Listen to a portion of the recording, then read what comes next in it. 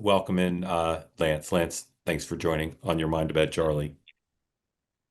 Well, a lot of people depended on him, and well, they feel like they depended on him. You had the stories from the mother before, and I think this was the ultimate act of hatred towards young people, particularly young men, because he stood for merit. He stood for restoring the American dream, and there's really probably no one else in America that was as young as he was that stood for that.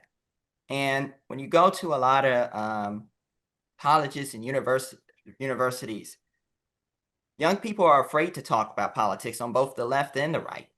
It's there. So you know, and I think that whoever did this, I'm not going to go into this, but obviously this was a lone person, but what where I'm going with this is essentially somebody should not have to die for us to get somewhere and in this country. And we're probably whatever his goals or intentions was, in the eyes of a lot of people, he has signed them up for indentured servitude and slavery. He is, you know, um, he was in favor of economic fairness. He was open to the American dream. And there's not a lot of politicians out there that realize that. Lance, thank you. Really nice, really lovely. Thank you. Emma, and then I'm comment on what Lance said, and then we'll bring someone else in here. Yeah, no, I completely agree. Um, it's not he was going into places where it was like totally actively hostile all the time, and he was giving people the strength and ideas and um um courage to really just be themselves and to speak honestly and articulate themselves as best they could, which is such a gift for a college student, and especially when they don't feel like they have that right. And he reminded them, no, you are an American, and you have the right to say whatever you want and think whatever you want. And I absolutely agree. The people hardest hit, aside from obviously his family, are all the young students who are going to lose that advocate. It's not fair. Such a senseless thing, and robbing our country. Yeah. Haima. Yeah. Look, and I think what young people who have followed Charlie are going to do is they're going to find a reason, and they're going to find motivation in what they knew and heard from Charlie. And so I think, look, and I stress this, I am a Democrat. I'm going to vote for Democrats. I'm going to support Democrats. I'm going to ask you guys to do that. But I think if you're someone who were inspired by Charlie Kirk, particularly if you're young, this is not a moment where you give up and you walk away from the arena. This is a moment that you should literally step up and be as politically involved as you want to be, as you can be. And I'm not saying you go and you like get on Twitter and you just go and say hateful things. This is a moment, and Emma, you talked about this.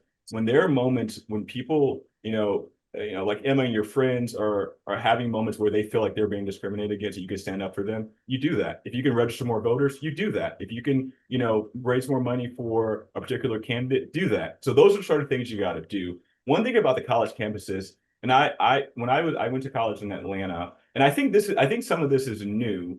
I think some of the conservative college hate is new. When I was in college 20 years ago, I went to college in Georgia, a fairly conservative state, and the Republicans have been off campus for a while. And Shermichael Singleton, some of you guys may know him, he's on CNN and Fox all the time. Shermichael restarted the college Republicans on our college campus.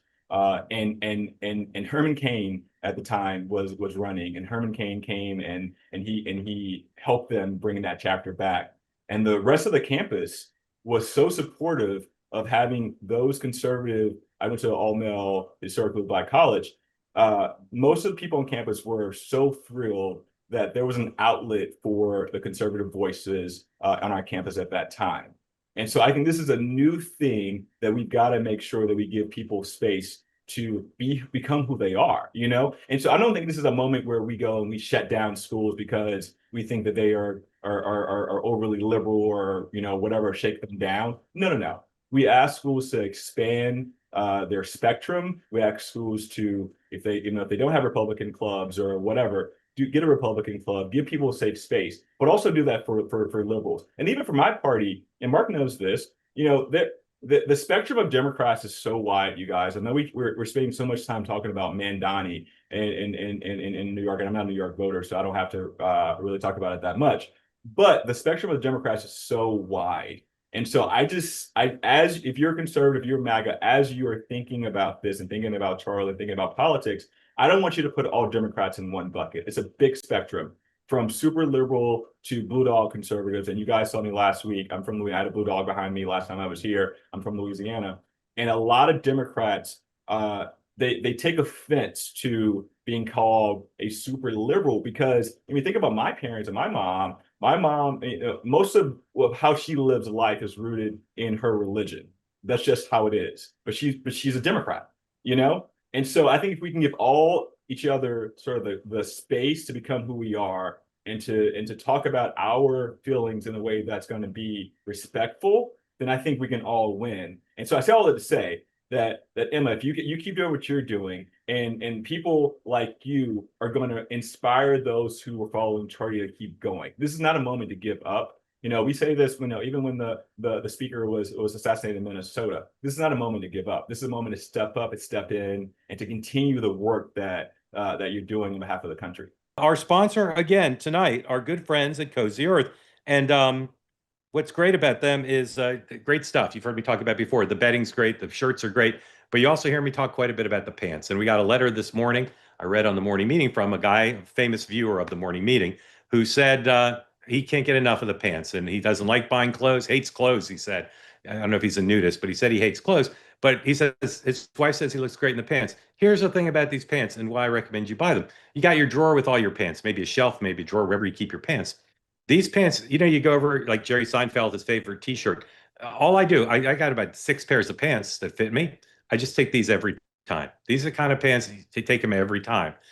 So if you need a good pair of pants, you need your like go-to pants, a man, woman, a child, go to cozyearth.com, buy them, 40% off. Use the code two-way for 40% off at cozyearth.com. Built for real life, made to keep up with yours. Cozy Earth, telling you, buy the pants. That was a delicious video experience. I think you'll agree. Now, what you need to do in return for getting to enjoy that is hit the subscribe button, be part of the two-way community, never miss a thing.